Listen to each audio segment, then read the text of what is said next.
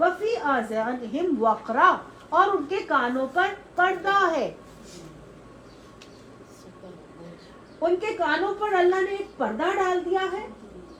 دلوں پر ایک کانوں میں اللہ تعالیٰ نے وقرا کہتے ہیں گرانی کو، یعنی اللہ نے ایک بوجھ، ایک ایسا سا بوجھ ڈال دیا ہے کہ سننے کے باوجود بھی ان کو سمجھ نہیں آتا.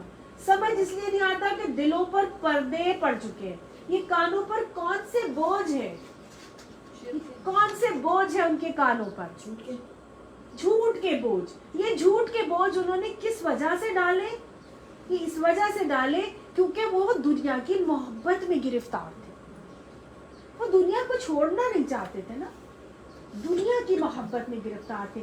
اس صورت سے پہلے ہم یہ بات پڑھ چکے ہیں کہ اللہ کے نبی کی محفلوں میں کفر لیے ہوئے آتے تھے اور کفر ہی لیے ہوئے چلے جاتے تھے. اس کی وجہ کیا تھی؟ اس کی وجہ یہ تھی کہ ان کی زندگی جو تھی نا، ان کی زندگی کی دوڑ دھوپ ظلم و زیادتی کے کاموں میں تھی، اور وہ حرام کے مال کھاتے تھے. تو جب حرام کا مال کھائیں گے اور آپ حرام کھائیں گے تو آپ کے اعمال صالح تو ہو نہیں سکیں گے. تو جب حرام کھاتے ہیں اور اعمال صالحہ سے دور رہتے ہیں تو پھر کیا کرتے ہیں؟ اعمال بد ہوتے ہیں. اعمال بد ہوتے ہیں تو ظلم و زیادتی ہوتی ہے. دنیا کی محبت آپ کے اندر آتی ہے اور آپ ظلم اور زیادتی سے دوسرے کا مال بھی ہڑپ کرنے کی کوشش کرتے ہیں. صحیح. اصل جو روٹ کاز ہے وہ کیا ہے؟ دنیا کی محبت. کہ دنیا کی محبت، حب الدنیا، پیارے نبی صلی اللہ علیہ وسلم نے فرمایا رأس کل خطیئۃ، ہر برائی کی جڑ. تو جب دنیا کی محبت میں انسان پڑ جاتا ہے تو کیا ہوتا ہے؟ اس کے کانوں میں ایک ایسا بوجھ آ جاتا ہے کہ جس کی وجہ سے واضح حقیقتیں بھی پھر اس کو نظر نہیں آتی. پھر اس کے اوپر پردے پڑ جاتے ہیں دلوں پر، ضد کے، ڈٹائی کے، انا پرستی کے. سمجھ آ گئی؟ انا پرستی کے، خود پسندی کے. میں جو کہہ رہی ہوں وہ صحیح، جو میرا لائف سٹائل ہے وہ ٹھیک ہے، جو میرا طریقہ زندگی ہے وہ ٹھیک ہے. وہ اپنے آپ کو صحیح کرتے ہیں کیونکہ اس کا اصل محور اور مرکز آخرت نہیں ہوتا بلکہ کیا ہوتا ہے؟ دنیا. تو اس کی وہ سنتا بھی ہے، غور سے سننے کی کوشش بھی کرتا ہے، لیکن دل میں محبت کس کی ہے؟ کانوں پہ پردے کس کے پڑ گئے؟ دنیا کی محبت کے. وہ تو اس جھوٹ ہی کے ساتھ زندگی گزارنا اسی لیے چاہتا تھا کیونکہ وہ دنیا کی محبت میں مبتلا تھا. اور اس جھوٹ کے ساتھ جب وہ زندگی گزارتا ہے تو پھر اب اس کے اندر اس زندگی گزارنے کے لیے وہ پردے دل پر کس کے پڑ جاتے ہیں؟ ضد آ جاتی ہے، ڈھٹائی آ جاتی ہے، انانیت آ جاتی ہے، خود پسندی آ جاتی ہے، تکبر آ جاتا ہے، ایگوئزم آ جاتی ہے، اور پھر وہ سننے کے باوجود بھی وہ سن کے نہیں دیتے. اسی لیے اللہ نے کہا وَإِن يَرَوْا، اور اگر وہ دیکھ لے کل آیت، ہر نشانی بھی، لا یؤمنوا بها، اس پر ایمان نہیں لے کر آتے. خواہ کوئی نشانی دیکھ لے، کتنی نشانیاں دیکھ لی، جنہوں نے ماننا تھا انہوں نے ہی مانا، جنہوں نے یہ پردے اپنے اوپر سے اتار لیے انہوں نے مان لیا، اور جنہوں نے دنیا کی محبت کو دل سے نکال کے آخرت کی محبت کو، اللہ کی محبت کو اپنے اوپر حاوی کیا، انہوں نے ہی پھر ان ساری نشانیوں سے فائدہ اٹھایا اور اللہ کے نبی کو، اللہ کی تعلیمات کو اور قرآن کے احکامات کو پہچان گئے. ان کے لیے پھر ایک نشانی بھی بدل دینے کا سبب بن جاتی ہے. اسی لیے اللہ نے کہا حتی اذا جاؤک، یہاں تک کہ جب آپ کے پاس آتے ہیں، یجادلونک، وہ آپ سے جھگڑتے. یقول الذین کفروا، وہ کہتے ہیں وہ لوگ جنہوں نے کفر کیا ہے، ان ھذا الا اساطیر الاولین، نہیں ہے یہ مگر کہانیاں پرانی. یہ جو نبی لا رہا ہے یہ تو پرانے دور کی ساری باتیں ہیں، پرانے زمانے کی اساطیر الاولین ہے، قصے کہانیاں جو ہمیں بتا رہے ہیں، یہ تو صرف وہی باتیں ہے نا. سمجھ میں آ گیا کتنا آسان ہے. تو وہ لوگ جنہوں نے نہیں ماننا انہوں نے خام خیالی میں آ کے نبی صلی اللہ علیہ وسلم کے پاس آ کے بھی جھگڑے کرنے. آج بھی کیا ہوتا ہے، جنہوں نے نہیں ماننا قرآن کے احکامات کو ساری چیزیں ماننے کے باوجود بھی جو دنیا کی محبت میں گرفتار ہوں گے نا، وہ قرآن کلاسز میں آنے کے باوجود بھی ان کا حال یہ ہوتا ہے کہ وہ مان کر نہیں دیں گے اور آ کے جدال کریں گے، جھگڑا کریں گے، بحث مباحثہ کریں گے.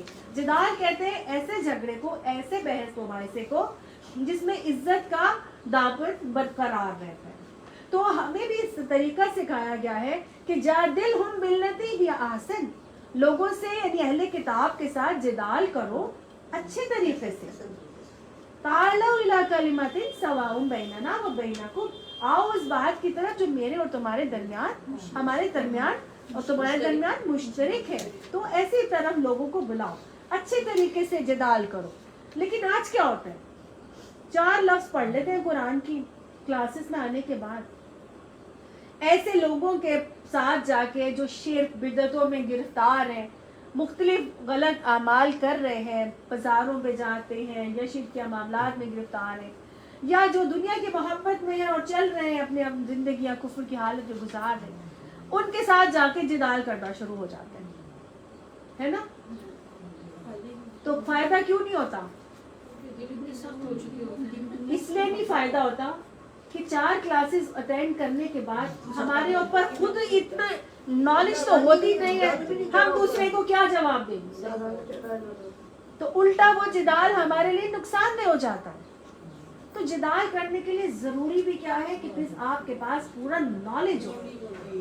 نالج کے بغیر اگر کسی سے جدال کرنے کے لیے جائیں گے تو آپ الٹا نقصان ہوگا، اپنا بھی ہوگا، دین کا بھی نقصان ہوگا، کیونکہ وہ آپ کو چپ کرا دیں گے اور آپ کہیں گے اب اس کا میں کیا جواب دوں.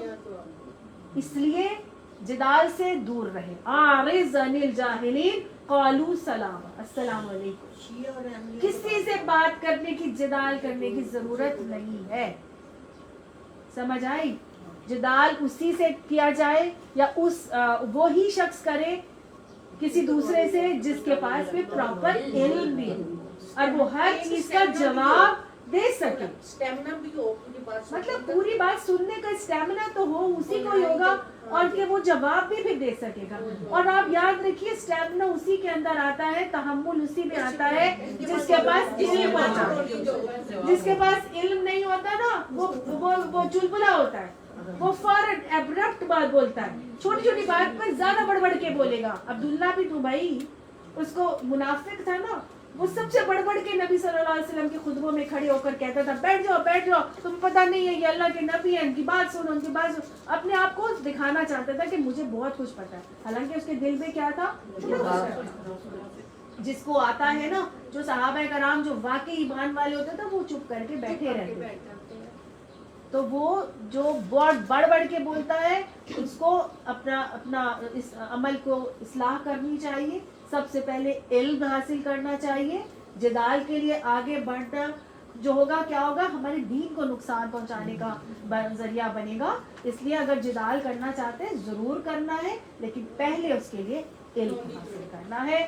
وَهُمْ يَنْهَوْنَ عَنْهُ وَيَنْأَوْنَ عَنْهُ، کہ وہ ایک تو خود بھی اس سے رکتے ہیں اور دوسروں کو بھی اس سے روکتے ہیں. اس عمل کو کر کے وہ خود بھی روک رہے ہوتے ہیں، خود تو وہ رکتے ہی ہیں، دوسروں کو بھی روک رہے ہوتے ہیں اور خود بھی رک رہے ہوتے ہیں. دوسروں کو دین سے روکنے کے بہت سارے طریقے تھے. ایک تو یہ قولی طرح سے روکتے تھے، استہزاء کرتے تھے، مذاق اڑاتے تھے، اعتراضات کرتے تھے اور ان کو زندگی محال کر دیتے تھے، اذیتیں ٹارچرز دیتے تھے، اور ساتھ ساتھ خود کوئی ایسا عمل شروع کر دیتے تھے کہ دوسروں کو اہم سے ہٹا کر غیر اہم کی طرف لے کر چلے جاتے تھے. تو خود بھی وہ دوسروں کو بھی روکتے تھے اپنے ہر رویے سے اور خود بھی اس سے روک رہے تھے. لیکن اللہ تعالیٰ فرماتے ہیں وَإِن يُهْلِكُونَ إِلَّا أَنفُسَهُمْ وَمَا يَشْعُرُونَ، لیکن وہ اپنے آپ ہی کو ہلاکت میں ڈال رہے ہیں یہ کر کے، لیکن انہیں اس کا شعور نہیں ہے. وہ کیا کر رہے ہیں، وہ سمجھ رہے ہیں کہ جو وہ کر رہے ہیں وہ ٹھیک کر رہے ہیں، اور انہیں اس کا شعور نہیں ہے کہ وہ جو کر رہے ہیں وہ اصل میں صحیح نہیں بلکہ وہ غلط کر رہے ہیں، کیونکہ اپنے اس عمل سے وہ خود رک رہے ہیں، دوسروں کو بھی روک رہے ہیں اور سوئے جاریہ بھی کریٹ کر رہے ہیں اور اپنی جانوں کو بھی ہلاکت میں ڈال رہے ہیں، لیکن انہیں اس کا شعور نہیں ہے. اللہ تعالیٰ ہمیں حق سکھائے، حق دکھائے، ہم پر چلنے کی توفیق نصیب فرمائے. اللہ تعالیٰ فرماتے ہیں